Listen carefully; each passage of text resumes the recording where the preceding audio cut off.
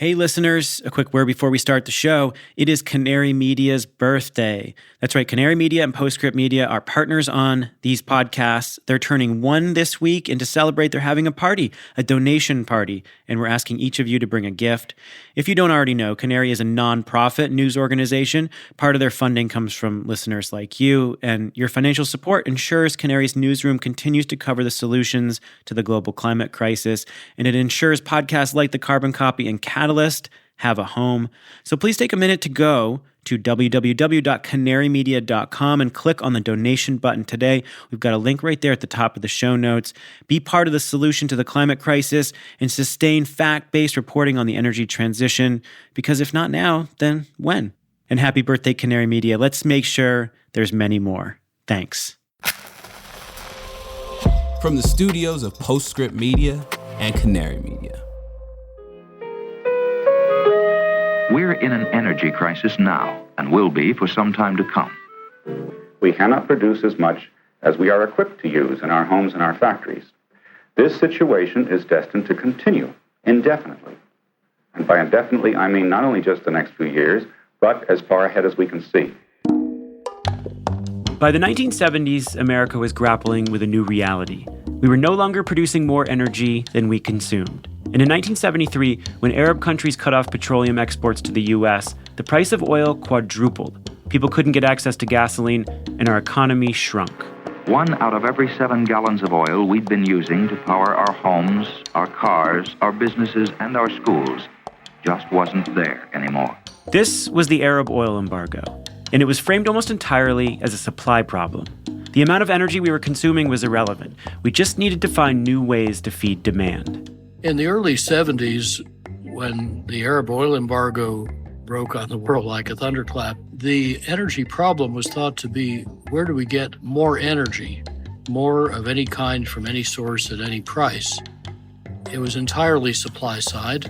We must be able to cope with future emergencies. We must immediately fully use our traditional energy sources. We must develop new sources. And there was a widespread assumption that we must already be using energy perfectly efficiently because, after all, we're in a market economy, aren't we? And everybody else must be too, and markets are perfectly efficient. So if there were more efficiency that's worth buying, we would have bought it already. That is, until a 28-year-old physicist named Amory Lovins published an article in a 1976 edition of Foreign Affairs magazine, and it completely shifted the framing, permanently.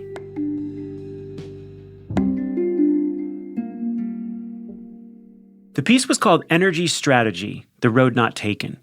In it, Amory argued we could improve America's energy security through distributed renewables and radical efficiency improvements, decoupling economic growth from growth in energy demand. At the time, it was utter heresy and elicited a furious response from the incumbent energy supply industries because we had a completely different idea of what the energy problem is. He wrote, "People do not want electricity or oil, nor such economic abstractions as residential services, but rather comfortable rooms, light, vehicular motion, food, tables, and other real things. Such end-use needs can be classified by the physical nature of the task to be done." Not just where to get more energy, but starting at the other end, what do we want the energy for? Like hot showers, cold beer, comfort, mobility, baked bread, smelted aluminum. And for each of those services, how much energy, of what kind or quality, at what scale, from what source would do the job in the cheapest way. Amory did something new. He laid out alternatives to fossil fuels and nuclear in a way that showed their clear economic value and their benefit to lifestyles. He explained how to double the efficiency of our economy by the year 2000. These choices may seem abstract, he wrote, but they are sharp, imminent, and practical. This wasn't counterculture, live off the land, break free of the system stuff. This was a blueprint for the clean energy economy. This is the framing that made renewables and efficiency into the viable solutions we know today. At the time, the article was the most shared ever for Foreign Affairs magazine. Amory was called in to advise President Jimmy Carter, and it set in motion the creation of the Rocky Mountain Institute, one of the most influential think and do tanks focused on the zero-carbon energy system. Reflecting on the impact, Amory described it like dropping a seed crystal into a supersaturated solution, suddenly crystallizing the liquid into a whole new form. Well, it did feel like you got lots of crystals that you didn't see before. And this approach to energy, asking a different question, getting very different answers, is really changing how energy is thought about, how it's done to provide better services at lower cost and make more profit at less risk. Nearly a half century later, we're facing another global energy security crisis caused by Russia's war on Ukraine. Global fossil energy prices are at record highs, and countries are asking, how do we stop buying Russian oil and gas as quickly as possible? But we have much better tools than we used to turn the disruption into a way not to have to do this again, not to repeat the mistakes we made before, but to tip fossil fuels even faster into irreversible decline. This is The Carbon Copy. I'm Stephen Lacey. This week, Amory Lovins on the profound changes underway in the global energy system and how Russia's war will accelerate them.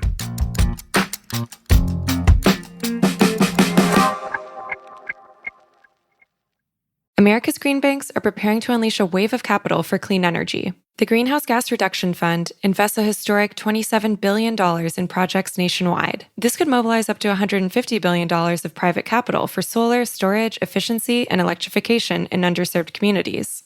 So how do we deploy those billions quickly, efficiently, and with the highest impact? On July 18th, Latitude Media and Banyan Infrastructure will host a virtual event exploring the on-the-ground realities of making America's green banks a success. Register for free by clicking the link in the show notes or go to latitudemedia.com/events. Clean energy and climate tech are policy-driven industries, and anyone working in this field touches local, state, and federal policy in a very real way. And that's why you should be listening to Political Climate, a podcast from Latitude Media and Boundary Stone Partners that delivers an insider's view on climate policy and politics.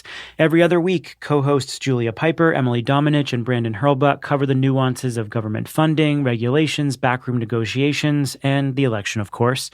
Political Climate is a show for people who want authentic conversations and strong opinions from voices across the political spectrum. Listen at latitudemedia.com or subscribe to the show anywhere you get your podcasts.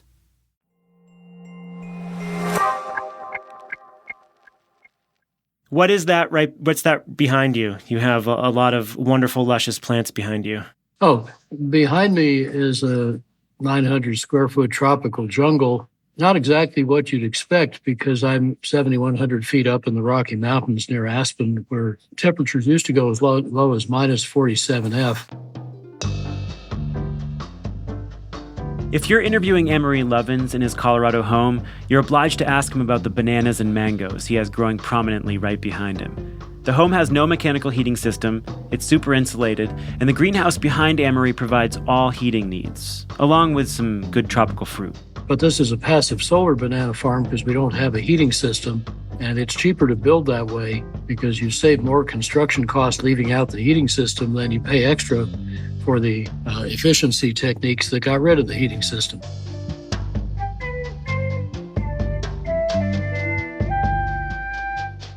Oh, and by the way, this home was built in 1982.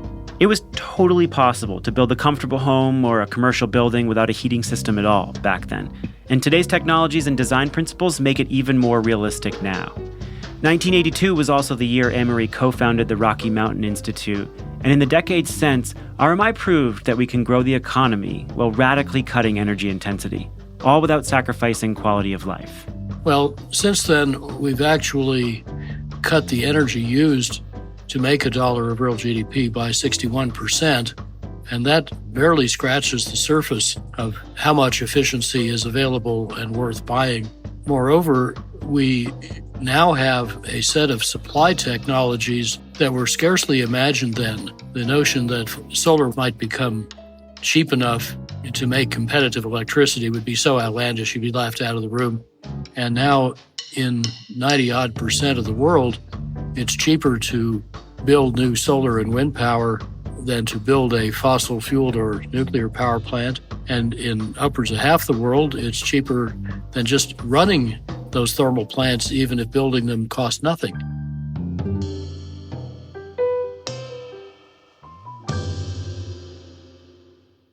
Amory has had a major influence on our ability to imagine what's possible. He's written 31 books and 700 papers, some on energy security and consultation with the military. He's helped design super-efficient buildings, factories, and cars, proving that radical improvements in energy consumption are possible. He's not an oracle, he's just practical, and he has a unique ability to flip our framing on how to solve an energy problem. So I caught up with Amory to hear about how he's thinking about the latest supply crisis sparked by Russia's invasion of Ukraine. Well, now that energy security is back at the front of mind, we have extraordinary opportunities to act with speed, agility, coordination, and a much broader and more integrated vision of how to create a secure and climate safe and healthy energy system. It is, of course, disruptive when the world's biggest exporter of fossil fuels largely drops out of the market. But I think this can be turned into a very exciting way to not have this problem again. Obviously, it is not the way any of us would have chosen to get here. The savagery of Putin's war is unparalleled. It's a security crisis like we haven't seen in 80 years, an energy crisis like we haven't seen in 49 years. The extra incentive to stop buying from Russia really brings this to a sharp focus. Over the last 4.5 decades, we've radically improved economy-wide efficiency, and we've seen gargantuan amounts of renewables built. But demand for petroleum products, gasoline, plastics, jet fuel, hydrocarbon liquids, they have all steadily climbed, and demand for natural gas continues to climb every year. So what's the story of today's supply disruptions in the wake of COVID and Russia's attack on Ukraine? Why are we, from a demand perspective, why are we just as vulnerable today, even with all these global efficiency improvements? You're right that until just the past few years, renewable supplies have added on to fossil fuels rather than displacing and reducing them. But that is starting to change because even before the pandemic, fossil fuel growth in the world was coasting to a halt. And then the pandemic crushed fossil fuel demand for a year or two while renewables kept on growing much faster, which surprised a lot of people. And the result is that peak fossil fuel almost certainly occurred in 2019 globally. Putin's war really puts the last nails in that coffin, turning what was usually forecast as a bumpy plateau of fossil fuel use for most of the rest of this decade into a steep decline. If you read what Germany and the European Commission are doing to get very aggressively off Russian oil and gas and how that is likely to speed up similar actions around the world, it's really a remarkable change. German energy policy just changed more in 10 days than it had done in 10 years. Looking at the scope of today's shock, you wrote, after a half century of experience with supply disruptions, the world is better prepared to deal with the interruption. We've learned a lot about how to save energy quickly via behavior and more gradually by installing more efficient stuff, getting inefficient stuff taken out of the stock, and speeding up renewables. You'll notice that with very few exceptions, the European strategy to get off Russian oil, gas, and coal is focused on efficiency and renewables. There's rather little temptation to go look for more long-term fossil fuel supplies because obviously the fossil fuels were uncompetitive before this price shock. They'll be even less competitive with the price shock, and therefore there will be less demand for them. Another way of thinking about this is it's cheaper to save fuel than to buy fuel, let alone burn it. It's cheaper to substitute renewables than to buy fuel. So if you add up efficiency and renewables, it's doubly cheaper than continuing to buy fuels. Let's talk a little bit more about the direction that Europe is headed in and the monumental shifts in policy that we've seen in the last few weeks. Germany took an interesting path. Since the 90s, it has invested heavily in renewable energy and efficiency and combined heat and power, in community scale renewables, but it has as a direct foreign policy invested explicitly in Russian fossil fuels in the hopes that it would neutralize the Russian threat and that greater economic activity in the form of energy sales would bring the countries closer together.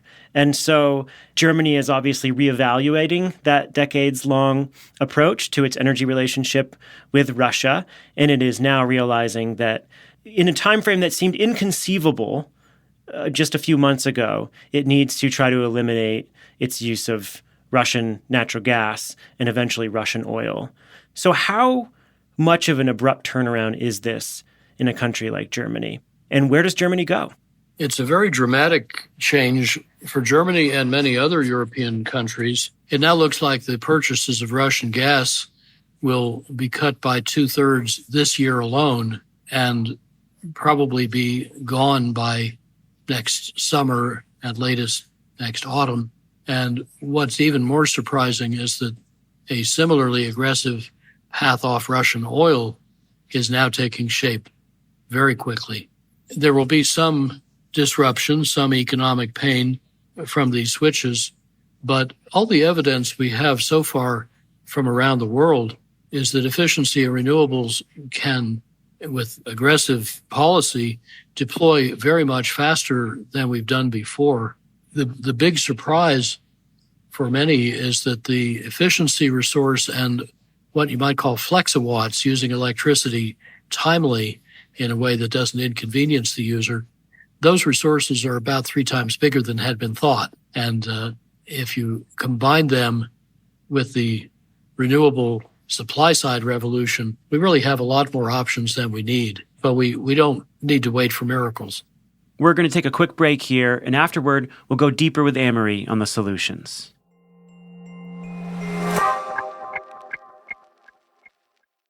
On July 18th, join Latitude Media and Banyan Infrastructure as we take a deep dive into the next phase of deploying the $27 billion Greenhouse Gas Reduction Fund. We'll provide practical insights for the state agencies and local lenders at the front lines of dispensing these funds. Where are the bottlenecks? How do we balance speed with transparency? And can America's green banks live up to the expectations of both local communities and Wall Street? Latitude Media's Stephen Lacey, Banyan co-founder Amanda Lee, and Clean Energy Fund of Texas EVP Billy Briscoe will answer these questions and more on July 18th at 1 p.m. Eastern. This is a must-attend for project developers and financiers. Register for free at latitudemedia.com/events or click the link in the show notes.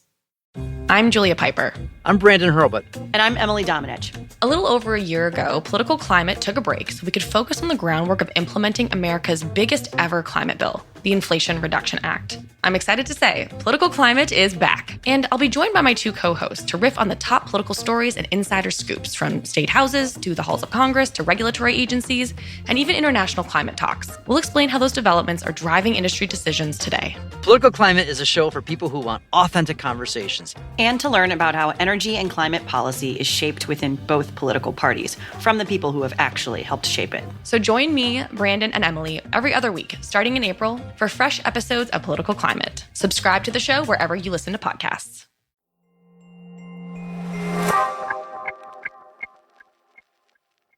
Let's turn now to specific solutions. If Europe, for example, wanted to eliminate Russia's fossil fuels, how would it do that? There are a lot of potential pathways: electric transportation to cut petroleum use, heat pumps, wind, solar, hydrogen, and renewable gas to offset fossil gas. And then there's efficiency. Not just the change your windows and insulate your house kind of efficiency, although that's important, but the kind of super efficiency that Amory has been living and proving. The rip out your mechanical system and grow tropical fruit in the middle of your house kind of efficiency. I would expect probably half, maybe more, of the energy security, climate, health, and economic solution to our energy problems is going to come from efficient use, the rest from clean supply. The market's going to tell us how these things compete with each other if we allow them to compete. Most policymakers, though, only let supply compete with other supply, not with savings. But if we let all resources compete fairly with each other, we will end up buying a lot more efficiency. We will need less supply. Therefore, we can phase out the fossil fuels faster, easier, and cheaper. And that is, I think, where we're going to end up in countries that really pay attention. And this is not only about installing efficient new stuff, but also uninstalling inefficient old stuff. So it's not just in with the good, it's also out with the bad. Let's walk through some of the main options that we have. And we'll start with efficiency. When people hear efficiency, they often think of home weatherization, but it's so much deeper than that in the way that you define it, completely reinventing how we design the weight out of cars, design mechanical systems out of buildings. How are you thinking about efficiency in this context, and how can we ramp up the kind of efficiency, deep efficiency you're focused on in a way that can, for example, eliminate the use of Russian gas? What are we thinking about in terms of time frame for deep efficiency? Faster than we thought. It's not clear how fast it will be. But interestingly, a lot of the extra efficiency we can now buy doesn't require you to go back to school and learn a bunch of new theory. It can be spread just by seeing a picture of different ways to do things. My favorite example is that half the world's electricity runs motors, half the motor torque turns pumps and fans that move fluids through pipes and ducts. But most installers and designers have paid rather little attention to wringing the friction out of the pipes and ducts. And if you make them fat, short, and straight rather than skinny, long, and crooked, you can reduce friction by 80 to 90 odd percent. In fact, in this building, 97%. That means in turn that the pumping or blowing equipment gets 80 to 90 odd percent smaller and therefore cheaper. So you end up with lower capital cost. You have this order of magnitude energy saving sufficient to save about a fifth of the world's electricity or half the coal-fired electricity. And you recover your investment in typically under a year fixing old buildings and factories or instantly in new ones. And yet this method is not yet in any government study, industry forecast, climate model, standard engineering textbook. Why not? Because it's not a technology, which is what most policymakers look for. It's a design method. But actually, if you show a pipe fitter how to lay out the pipes first, then the equipment, and how to use big pipes and small pumps instead of small pipes and big pumps, just show her a picture of what that layout looks like. And any smart pipe fitter or plumber will say, oh my God, I could do that. And now I see why it makes sense, even though it looks weird. It's not what they taught us in trade school. Well, if you can spread that sort of powerful efficiency practice that wasn't even on the agenda by images in social media showing a different pipe layout or whatever, that kind of suggests that maybe you could spread it a lot faster than having to retrain everybody, because then competitive forces go to work. What about heat pumps? There is a proposal from the environmentalist and writer Bill McKibben that has actually made its way into government policy making in the U.S. There's a real serious consideration inside the Biden administration to use wartime powers to boost heat pump production and then to send those heat pumps over to Europe for heating to reduce natural gas consumption.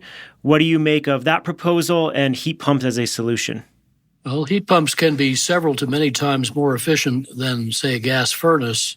And I thought Bill's proposal was creative and intriguing. You need to be very careful about several things, though. The bottleneck is probably in installation more than manufacturing. Many of the European heat pumps are more efficient than the commodity-grade U.S. heat pumps. So it would actually be counterproductive to send not very good heat pumps, but we could actually send if they wanted. You will also relieve the installation bottlenecks, not having enough skilled installers to put a bunch of heat pumps in quickly, if you focus first on apartment houses, commercial buildings, the things that have big furnaces and boilers burning a lot of Russian gas, but a much smaller installation burden with, one big unit instead of zillions of little ones in individual houses. And of course, very importantly, we need to make the buildings efficient. That makes the heat pumps you need much smaller and cheaper.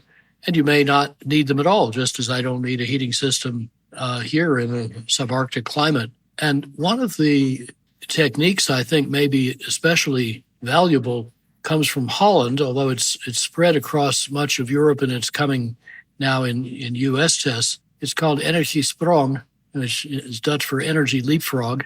And it's a way of industrializing the creation at a factory of a kind of tea cozy that bolts on around your house, and then you drop in an efficient heat pump core and a super insulated solar roof. So it'll convert badly insulated, air leaky old houses, especially the post-war social housing, into net zero energy houses.